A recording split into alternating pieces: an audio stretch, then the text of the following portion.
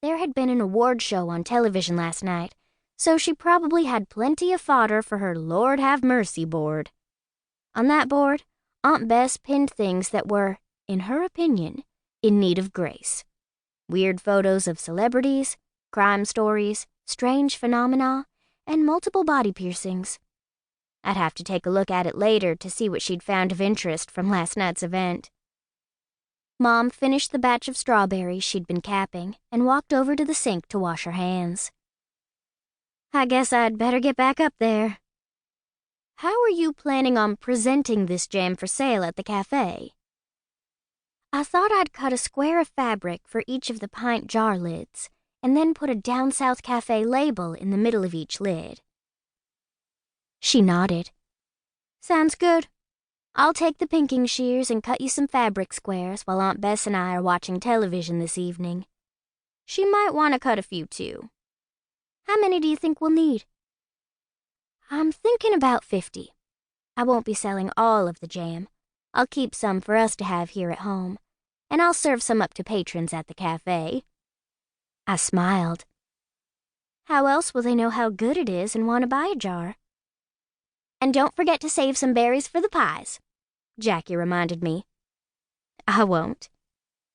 A thought occurred to me. As a matter of fact, if you'd like to, you can take enough berries home to make a few pies this evening while I'm canning, and I'll give you all the proceeds from your pies. Done, she grinned. Can I save one pie for Roger? Of course. Jackie was dating our childhood friend Roger. Theirs was still a relatively new relationship, despite the fact that they'd known each other practically all their lives. They'd only started dating while Roger, a contractor, was renovating the cafe. Would you like for me to make one for your friend Ryan?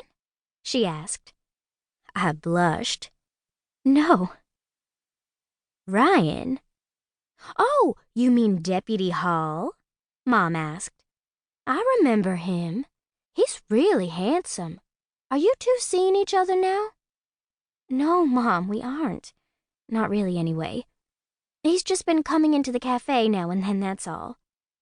Hey, I know you're just now getting acquainted with the guy since Lulu Holman's murder investigation is over, but you light up the entire dining room whenever he comes in. Jackie popped her freshly capped berry into the bowl.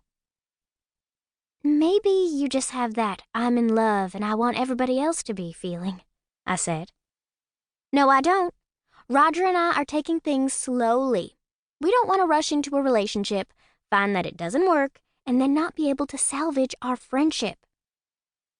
Mom and I shared a glance. We both knew that the rush into a relationship boat had long since sailed for Jackie and Roger. Well, I'd better get up the hill before Aunt Bess burns the house down, or invite someone from the internet over for tea. Mom gave each of us a hug and left. I was a little droopy-eyed on my way to work the next morning since I'd been up until nearly 1 a.m. canning strawberry jam. Maybe Mom had been right, though I wasn't about to admit that to her, about the project having been too ambitious for a Wednesday evening.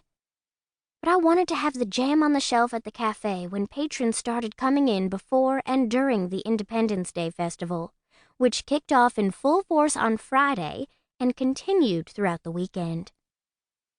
The festival was a big deal for Winter Garden, second only to the Christmas festival.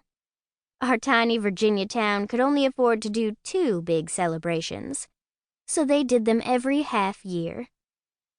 People unfamiliar with the name might think that Winter Garden was a ritzy town. It just sounded upper class.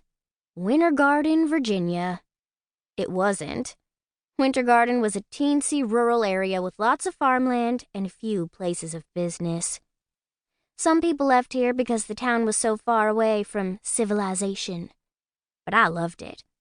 The people were folksy and warm. Winter Garden itself was charming and welcoming. I'd always known I'd settle down here and, hopefully, build a cafe here one day.